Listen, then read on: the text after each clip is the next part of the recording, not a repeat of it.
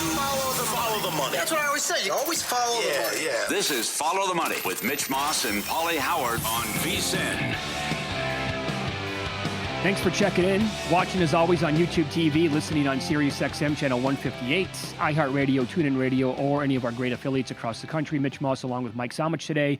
Live in Vegas, Circa Resort Casino is your spot. Busy hour coming up. We'll get into tonight's Major League Baseball card in 15 minutes. Bottom of the hour, preview of the LA Chargers and also some NFL awards coming up at the back end.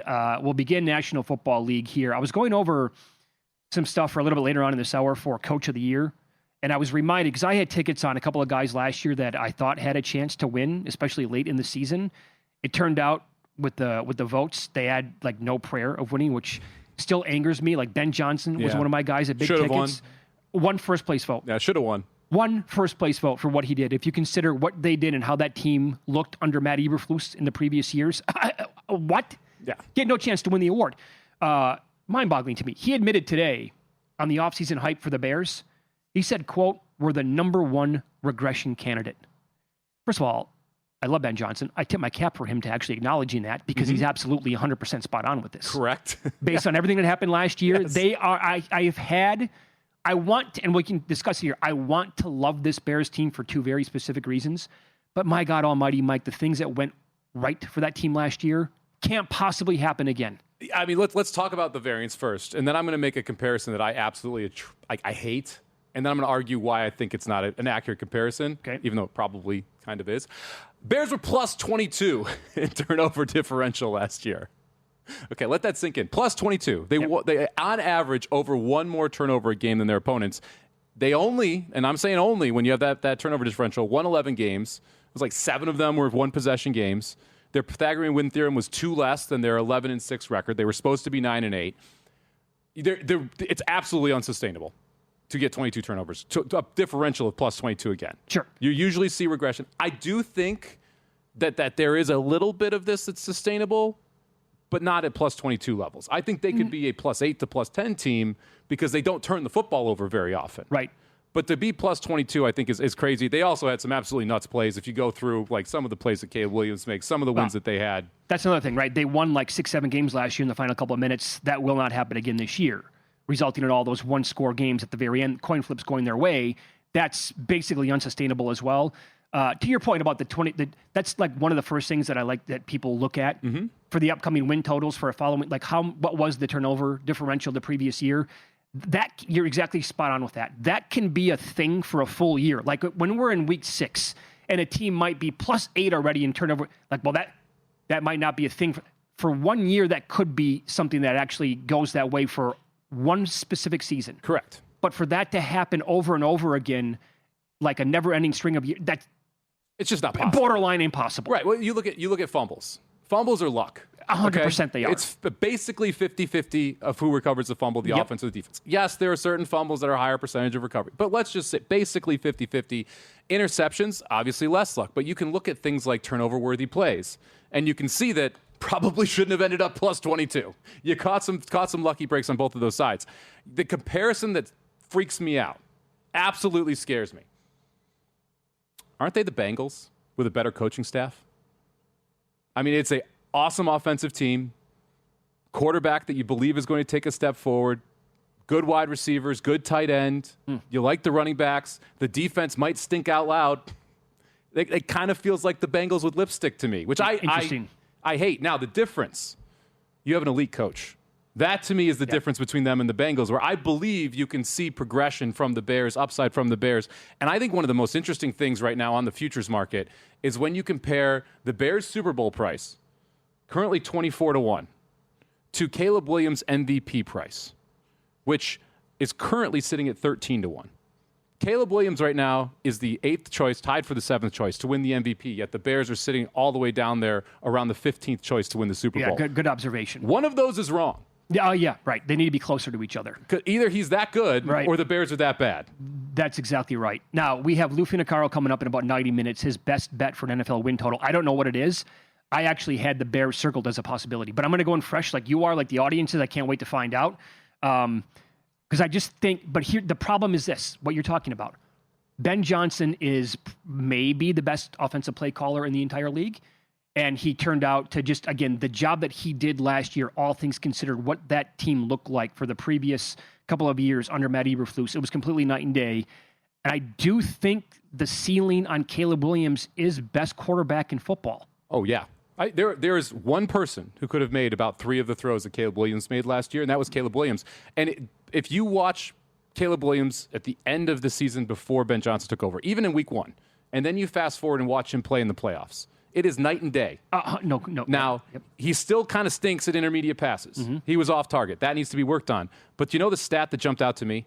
Caleb Williams 2 years ago, 70 sacks. It was like 68 sacks, basically 70 sacks. Caleb Williams last year, 24.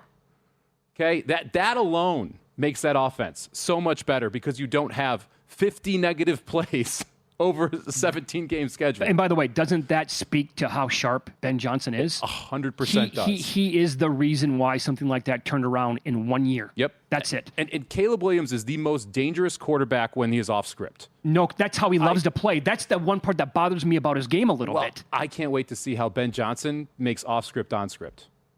How do you take that and create the chaos early in a play to be able to allow Caleb Williams in 2 seconds into a play versus 4 seconds be off script? Because if you can figure that out, and you've got the pieces, if you can figure that out, how to get him moving immediately, get him into new places, and put these defenses on their heels, watch out. I don't think they're going to miss DJ Moore for a second. Nope. Nice player. They won't miss him. The reason why is because Luther Burden's going to make a major step up in year number 2. Mm-hmm. The fantasy community absolutely loves the guy. I have him circled. I haven't bet him, but I looked at him for the odds for Offensive Player of the Year to see if he could have like a JSN type leap. The problem is probably too much traffic in front of him on his own team because Roma Dunze, if healthy, will pop again this year. And how about the tight end, Loveland, the way that he finished the season last year? Like, it's all set up here offensively. See, here's my I went to University of Missouri. Luther Burden was a Tiger.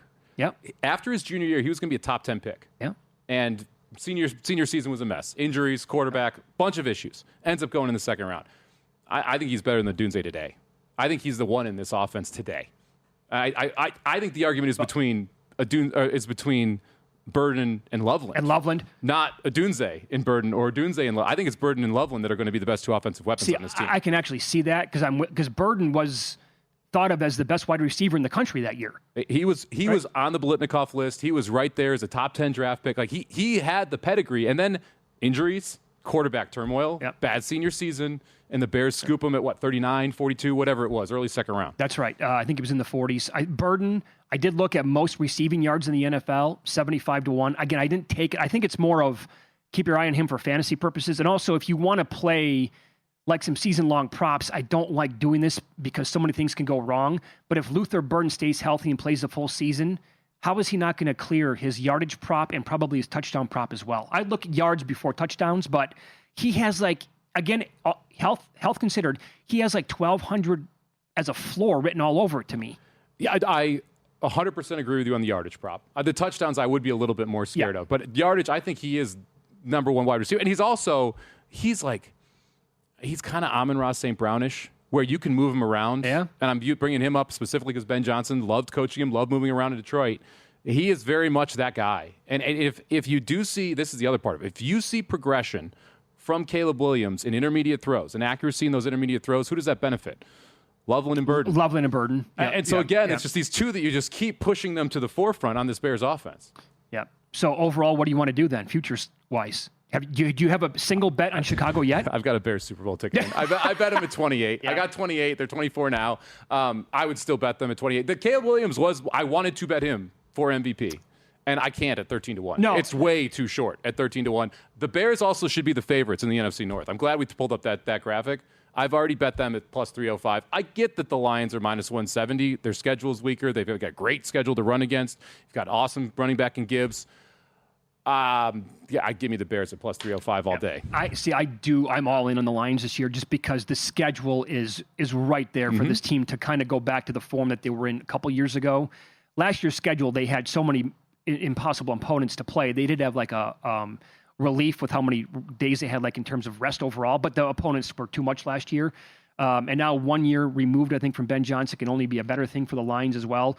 So I'm all in on them. It's funny because I love the idea of Ben Johnson and Caleb Williams so much. Williams was one of the guys that I had circled right away. I found 16 to 1 on him. I still can't bet it though. Yeah. For MVP. Like I would take probably higher than 20 to 1 on him, but I'm not betting 13, 14, 15 to 1 on him. I can't do it. Can I throw something at you real quick? DraftKings has fast futures. Yeah. Have you seen these? I have. First 4 weeks. Burden's 65 to 1 to lead the NFL in receiving. At the Panthers, Vikings, Eagles, Jets, all at home. Oh, damn. That's. I realize Vikings and Eagles, pretty good defenses, but also susceptible to the pass in situations where the Bears are going to have to throw the football to stay in those games. 65 to 1 is not a terrible number. And how about this angle? The first month of the season could be a Ben Johnson special, meaning that he's going to specifically make it where Burns going to pop off the page before teams have a chance to really adjust, like with film. Correct. I may be spitballing there a little bit, but I don't hate the idea. No, you're right. If you're gonna, it's too early for teams to adjust, right? The Eagles in Week 3 are not going to have enough tape to understand exactly what Ben Johnson wants to do with this subset of players. That's exactly right. Yep. And how big of we're talking about a monster maybe for Burden overall. The fantasy. I'm not going to be able to get him in fantasy this year. He's going way too high. He's going way too high. Way too high. Yep. I love him. I know. but he's going way too high. It's a spot where I'm like, yeah, that'd be fun. But no, there are other guys I think I got to take in that spot as well. Do you play many fantasy leagues? I've got 3. Yeah. Care about them all a lot. Not a ton of money, but very important from a pride perspective. I realized last year, I think I finally went past my threshold. I had too many. I already made the executive decision. I got to dial back how many leagues I'm in this year. It's an important decision. Yes, it is. It's life-consuming. Up next, today's Major League Baseball card will update Scooble's next team odds.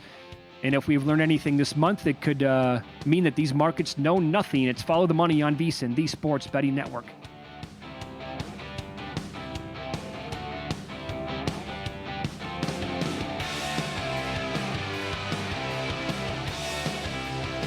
So you're listening to this podcast because you want an edge. But what if I told you you're only halfway there? You've got the mindset. Now it's time to get the toolkit to match. Here's the thing. Pro bettors spend thousands on data and tools, but what they don't want you to know is you can get the same edge for a fraction of the cost with VSiN Pro. With VSiN Pro, you get access to expert picks, public betting data, prop projections, powerful tools, analytics, and more. Tap the link in the description and see why thousands of bettors are already using VSiN Pro to cash more bets.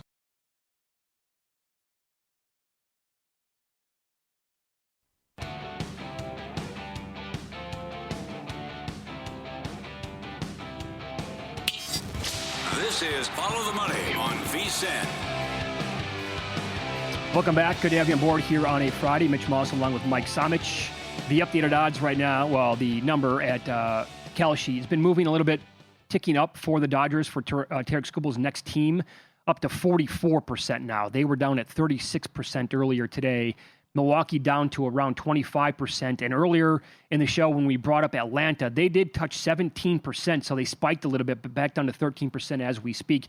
I like what you were saying before the break. As someone, Mike, you're on Kalshi all the time, following the movement and the odds and where stuff's going to go. Like, you will know something is about to happen probably 30 minutes before it happens. Yeah, look, 2 to 3% or cent odd moves are not knowledge of something that's happening. Not at all. It is, Buster Olney said this. It is, I heard a local beat writer tweet this out on Twitter, and someone mentioned it, right? You'll know when you know. It'll go to 80 real fast on one team, and then 30 minutes later, the news will come out, right? It's when you see spikes that are someone who is not gambling on an outcome, someone who has insider knowledge on an outcome. They know it's going to happen. It's kind of like, not at a prediction market because they went around a couple years ago. It was the Bryce Young draft. Mm-hmm. And C.J. Stroud, and I had tickets up the wazoo on Will Anderson to go number 2 overall at huge prices, right? And we still didn't know what was going to happen. Stroud could maybe go number 1 overall the afternoon of the draft, and then all of a sudden at DraftKings about an hour before the draft, Young shot to minus 4,000 or whatever it was to go number 1, and then right after that, Stroud went from, I think it was around $2 or $3 favorite to go number 2. He shot to 3,500. I'm like, well, my tickets are dead. Well, that is a great point. Because those are information markets, right? Betting on sports is not an information market. Not at all, no. It is I am going to gamble on what will happen on said field. Drafts, next team available, those are information markets where there are, you will know. It will get out at some point before these happens. The draft's a great example because we saw it multiple years in the NFL. Actually, this year was one of the more tight-lipped drafts that we have seen. But these markets are very much that. I mean, I'm a big Survivor fan. Survivor 50 just happened. The winner was 99% on prediction markets after episode 2. The word was out. That's when you see You're those. kidding. That's when you see those. That's when you know someone knows something. Not when you're sitting here with 3 teams that are sub 50%. And so it played out like that, obviously. Yeah. That was the eventual She winner. won. She Yes. won. Talk about a spoiler. Well, how much money was in that? Do you have any idea? I intentionally avoided it because I didn't want to get spoiled. Yeah, okay. But I heard that someone was at 99 or 99 cents. Oh, Jesus. I got to tell you, like, that could be such a humongous market to have as long as the jury was never out. Yeah. I mean, with it's been a while now, but like the final season of Game of Thrones, if prediction markets would have been around for that and nobody said a word, did they have to sign NDAs for that show? Maybe they did. I'm sure everyone is NDA'd up the wazoo for all of these shows. Oh, for all of them, probably. Can you imagine what Game of Thrones to handle would have been like on will the Night King die? Who's going to be the actual winner of the show, so to speak, I guess, before Bronn won it? And I actually had bets on him offshore not to win it. I got shanked in the kidney for that. But that would be, we're talking about probably billions of dollars worldwide that would be pumped into the volume in something like that. Yes. And it also makes it interesting of like, how do you possibly find ways to be able to police that? Because the people who don't have the inside information are basically putting money into a zero return market. And so it's very, very difficult to say, okay, how are we, like, yes, everyone has NDAs.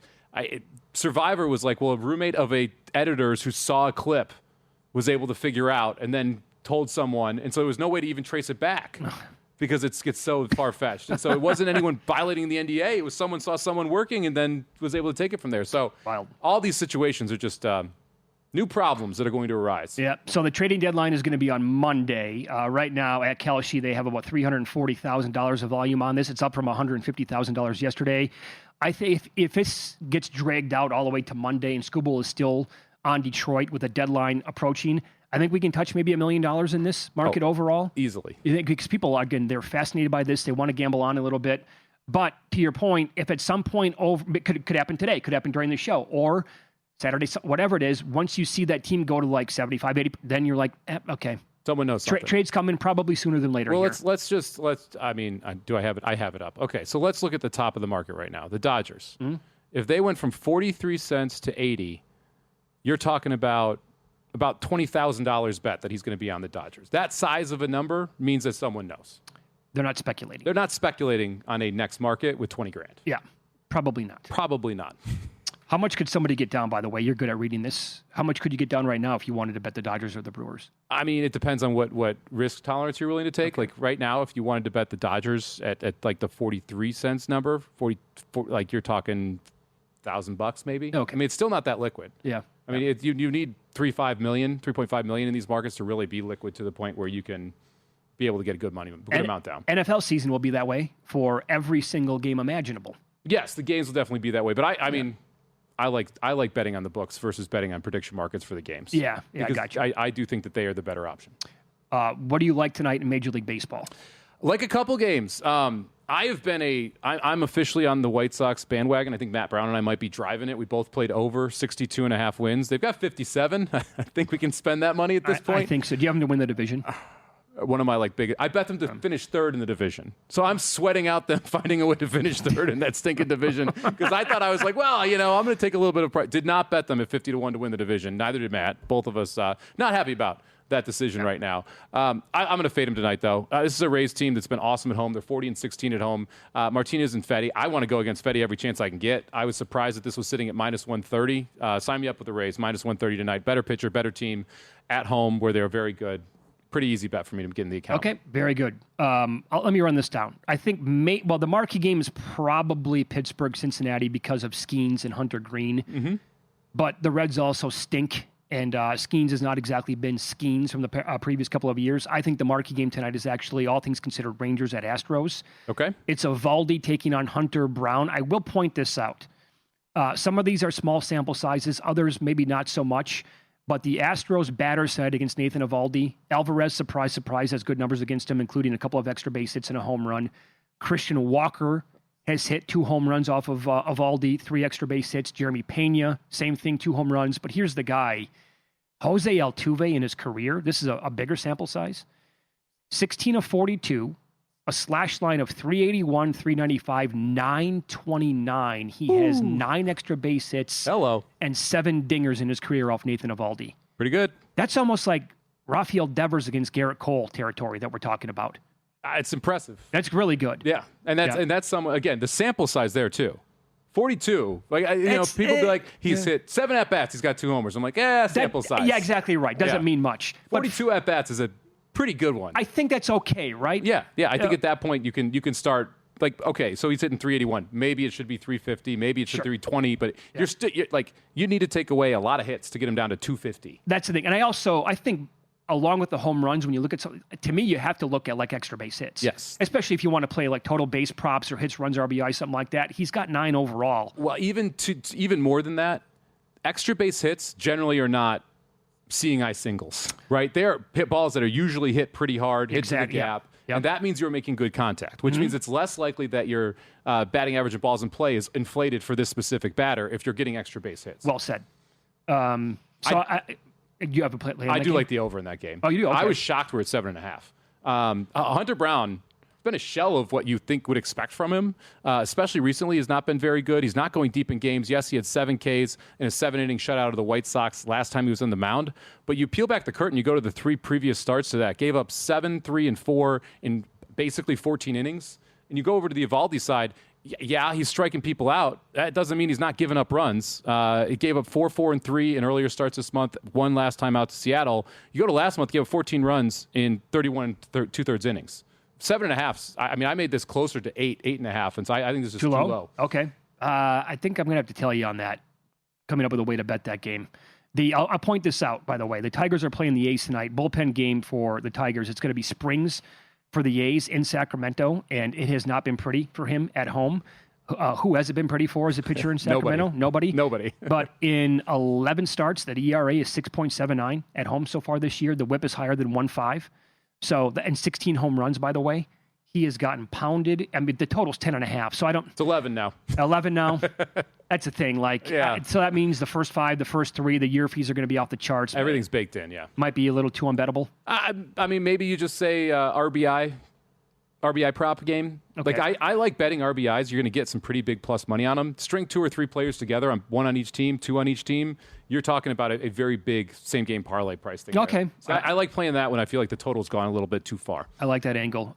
Mike, you're in town for the documentary. Yes, sir. Okay, you're also going to be putting in your entries for Circa Survivor. I am. So it's heating up. By the way, the show's available. This week's episode is called The Turning Point for good reason. In week 5, for the first time in Circa Survivor history, the number 1 pick of the week goes down in flames on Thursday night. I had him multiple times, and the chaos that follows is unlike anything the contest has ever seen. That is absolutely no hyperbole. Week 5 was off the charts last year. So by the time week 6 plays out through 9, it's all in there. $18.7 million is on the line. Watch the next episode Wednesday at 9 p.m. Eastern on VSiN. Need to catch up. Episodes 1 and 2 are on YouTube right now. Just search VSiN Live. We'll dive into a team with Super Bowl expectations coming up next.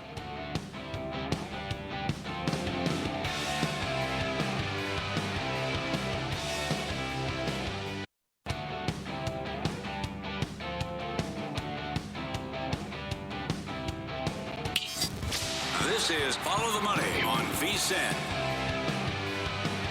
Talk some LA Chargers here. It's Follow the Money on VSiN, the Sports Betting Network. Mitch Moss along with Mike Somich, expecting to connect with a guest here as well momentarily. But I think this is another team where the range of outcomes could be all over the map. I mean, we had Adam Chernoff on the program yesterday, longtime friend of the show.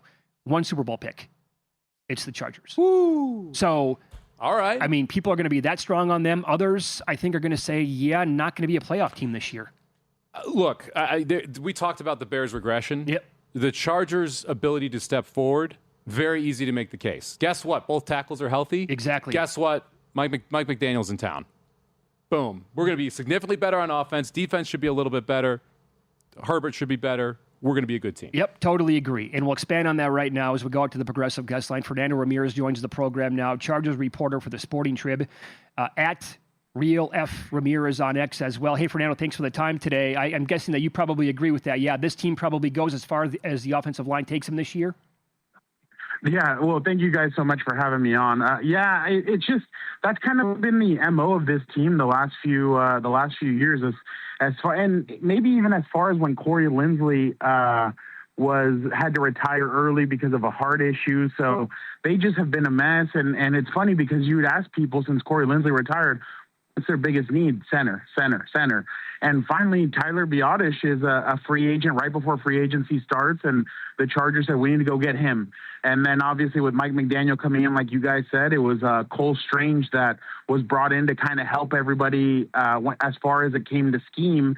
And even fullback Alec Ingold has really been helping these guys kind of learn the lingo and learn what the offensive line scheme is going to be. But so funny, yesterday during training camp, I'm walking around and I hear a couple of F-bombs being thrown, and you're like, what is that? It was Butch Berry, offensive line coach. He gets so fired up. He's so loud. He's so his voice carries all over El Segundo. So, but yeah, no, this team is going to go as far as their offensive line can take them, and as healthy as they can be this season. Now, I'm a Miami Dolphins fan, and I would make an argument that Mike Macdonald should have won Coach of the Year at least 1 year for how good he got Tua to play, because I am not a Tua guy. So I am fascinated with what he is going to be able to do with this offense. And one of those, one position specifically is the running back position here. You got Omarion Hampton, second year in the NFL. You got Keaton Mitchell, just a speedball that hasn't been able to stay that healthy. What do you expect from this backfield? Is it going to be Omarion Hampton's, and then maybe you'll see some Mitchell? Is it going to be a 50-50 split? And what is the upside for these guys in this McDaniel scheme?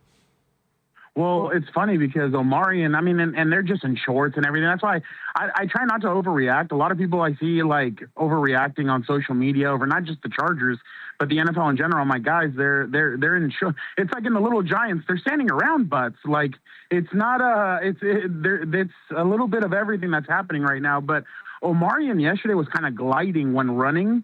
He was gliding to his left, and then he saw a hole and he hit the hole. Oronde Gadsden had opened up a big hole for him, but.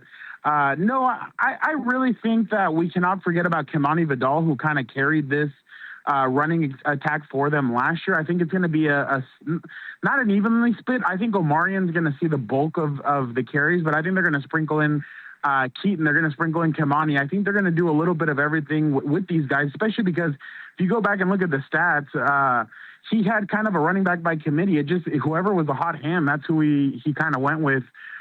Game by game. So it kind of seems like, and I mean, he got Raheem Mostert to be a solid, like he got a lot of these guys that maybe everybody thought they were at the end of their careers, and he would kind of revitalize them, especially with this running scheme, the zone blocking scheme that he has.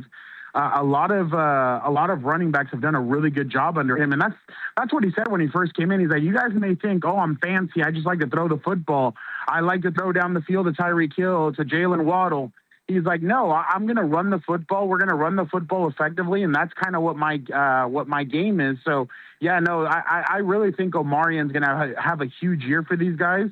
But like you mentioned, Keaton Mitchell and Kimani, I think will also have a role in this running attack. I certainly hope it's Hampton based on one of my fantasy leagues that I have, the Dynasty League. Yeah, for sure. It's Follow the Money here on VSiN, the Sports Betting Network. Fernando Ramirez, our guest, covers the Chargers for the Sporting Tribune. Okay, what about the passing game then? Speaking of fantasy, plenty of people are absolutely in love with Ladd McConkey this year. Does he stick out from everybody else in the passing game? I'm looking at the depth chart right now. There's a lot to like. Or is this going to be more of Herbert spreading it around? You know what's funny? Yesterday, right away, Ladd's been his favorite target. His second favorite target's been Brennan Thompson, the rookie out of Mississippi State. But going back to Ladd, yesterday, there was in the Greg Roman system, we didn't see a lot of throwing up like in the middle of the field. For some reason, he didn't like using the middle of the field. Yesterday, the Chargers were using the middle of the field a lot. Herbert had, I think, like out of 5 passes, 3 of them were to the middle, and it was 1 to Quentin Johnston, one to Trey Harris, and the one to Ladd. Ladd had kind of left the corner slipping because Ladd had cut inside so well. The cornerback kind of slipped. Ladd caught it. If that's a regular season game, he probably would have taken it to the house. So there's a lot of excitement about, again, what Mike McDaniel is going to bring. But I think the excitement is around Ladd McConkey because he's finally in an offense where he could hit the numbers that he did his rookie year, or even if he stays healthy, exceed them just because of how quick Ladd is. This seems like an offense that just fits Ladd McConkey, but they're excited about Quentin. They're excited about Trey Harris as well, but Brendan Thompson's the guy, the rookie out of Mississippi State, like I was mentioning. Herbert usually is calculated when he speaks. Like, he kind of listens to the question, replays in his mind, and then answers. He, like, off instinct was, they asked him about Brendan Thompson, and he goes, he's going to be very good for us. And then he kind of, like, stepped back a little bit and then answered, like, followed up and answered the question fully. But you can just tell there's a level of excitement and there's a level of trust that Herbert is already building with Brendan Thompson. It's funny because everyone talked about when McDaniel joined this team, just about how good he'll fit the run game and everything. He's going to fit Herbert exceptionally well, too. Herbert was a timing quarterback in college. He's going to get back into that timing style system that we saw down in Miami. And I also love Keandre Lambert-Smith. I think there's just weapons galore on this Chargers team. We'll see how they all end up panning out. The defense obviously going to be on the field half the time as well. What are we seeing from the defensive side here? Can they take a step forward, too?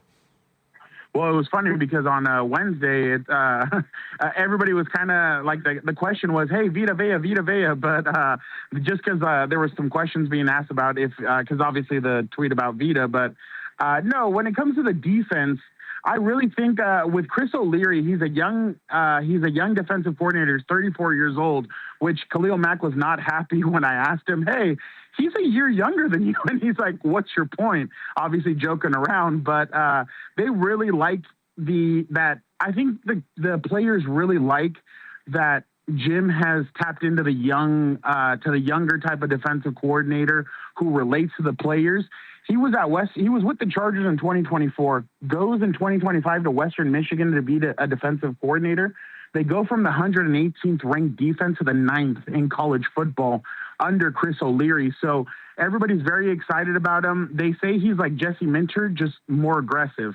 But when you ask about what do you mean by more aggressive? Well, we can't tell you that. You'll have to wait week one. Even Chris O'Leary yesterday told us, you guys are going to have to wait till week one to know what aggressive means. So to me, it just means maybe more blitzing with Jesse. It was more of the four linemen would go. I think with him, it's going to be a little bit more blitzing, but they like the addition of Dalvin Tomlinson. They see him as Poona Ford 2.0 in a sense, where Poona was with Buffalo, didn't really play all that well, comes to the Chargers, gets paid by the Rams. The same thing with Tomlinson. Tomlinson was with the Cardinals last year, felt like it wasn't a scheme fit, and feels like with the Chargers it is. But one player to look out for on the Chargers defensive line, Jamari Caldwell, second-year player out of Oregon. They're really excited about him and his maturation. Okay, so August 3rd, August begins tomorrow, I should say, Fernando. You have a month or so to go before the beginning of the season. What is your prediction for the Chargers this year? You know, it's funny. I mean, it's funny because everybody's talking about that stretch from like week 3 to week 10 where they face a lot of really tough opponents and they're facing a lot of teams that are coming off their bye week. But if you guys go back and look at the last 2 years, those are the games that Jim Harbaugh has feasted on. He loves that kind of doubt that people have when it comes to those games. Last year, everybody said they needed to start off quick. They started off 3-0. They need to end. It's going to be a grueling end. They went 4-2. So I have them at 11-6. I think it's a better 11-6 than we've seen the last 2 years. I think for the third year in a row, they'll go at 11-6. But I think this year they're going to have a much stronger team than they have because this is year 3 of Harbaugh, year 3 of Joe Ortiz, and them building this team. And I really think this is the first year where it really is their team. Great spot, Fernando. Follow him on X at Real F Ramirez, and he covers the Chargers for the Sporting Tribune. Thank you, pal. We appreciate the time. Thank you, guys. Stay warm, or try and stay cool. Borderline. That's difficult to do here, yeah, but we have pools, so that'll work. They have a net rest edge or disadvantage of -24 overall, worse than the entire NFL. Not great. Mike has a horse play that he likes, so we'll get into betting NFL awards coming up next.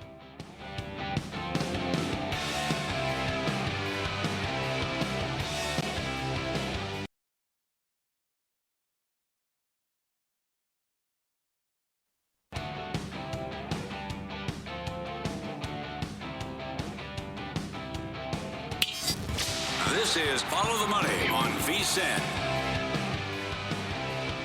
Mitch Moss along with Mike Somich today. Paulie Howard's on vacation. So, Mike, you've been betting the horses for how long? Oh, I went to the racetrack the first time when I was 3 months old. So basically in my blood. I started betting when I was like 12. What was the racetrack? Saratoga. Saratoga? Yeah, my dad grew up about an hour outside of there. Have a family house there now, so been there every August. You started betting when you were 12. Yeah. That's pretty good. Yeah, not bad. I can remember when my dad would bring home like these brown tickets. I was probably like 8 years old, bowl games or NFL playoff games or whatever. I'm like, what is this? He's like, just open it up and trust me. We want this first quarter to end like 7-3. I'm like, okay, that sounds fun. That works. That works. Right. Yeah. Sure. No, I used to go, so in between every race when I was like 5 or 6, I would just bring a bunch of trash bags, like, grocery bags, and I would get a different uncle or my grandfather or somebody to walk me around the racetrack, and I'd pick up losing tickets off the ground. It's about an hour drive back. We'd have all of us set up at the kitchen table with the forms open, knowing who won. Inevitably, every single day, one of those tickets I picked up would be worth some type of money. When you're $5 or 5 years old and you pick up a $10 winner, sure, you're ecstatic. Oh, that's a great idea. But yeah. we picked up a $400 voucher once. Did you really? I mean, there were some pretty big tickets that get dropped. Wow. Okay. Also, you're one of the co-hosts on VSiN at the Track here. Great podcast on the network. And Mike also ranted about TVG going bye-bye last hour. You did that at VSiN at the Track as well. Both are available. That podcast, Follow the Money, wherever you get it as well. There is a race coming up here in a few minutes that you like. 1 minute to post. Oh, boy. So okay. We're squeezing it in here. We're headed to Saratoga. I mentioned that you get good races at Saratoga Del Mar every day of the week right now. That includes today, where we have the Grade 2 Amsterdam 6.5 furlong race over the dirt course about to go.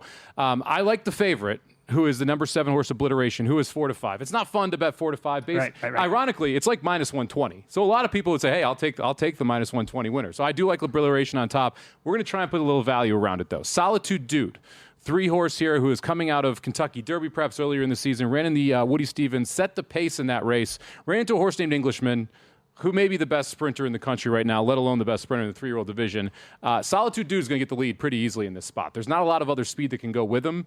Obliteration is going to run him down late. 7-3 Cold Exacta, race number 9 at Saratoga. 7 with 3, so 7 wins, 3 finishes second, pays 8-1 right now. That's great. We're going to have a result in the next 2 minutes. Yeah, by the end of this segment, Very good. we'll know if we're a winner or a loser here. How does your portfolio look for NFL awards at the moment? Pretty bare.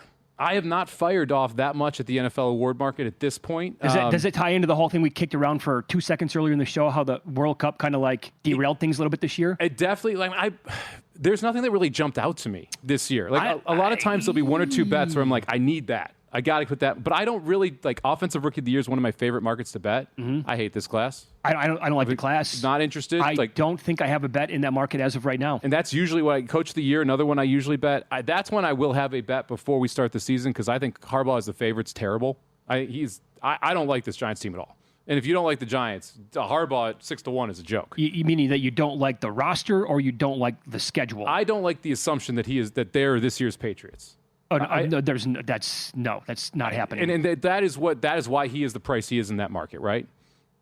Oh, they're expecting a 4-win improvement or a 5-win improvement out of the guy. And see, I don't think Dart. I still have concerns about Dart staying healthy. The neighbor stuff, obviously not great. The defensive line, okay, that's awesome, but it's really good. Yeah, I'm not sold on this Giants roster top to bottom. And you watch Harbaugh's speech. Did you see his speech this week? I did.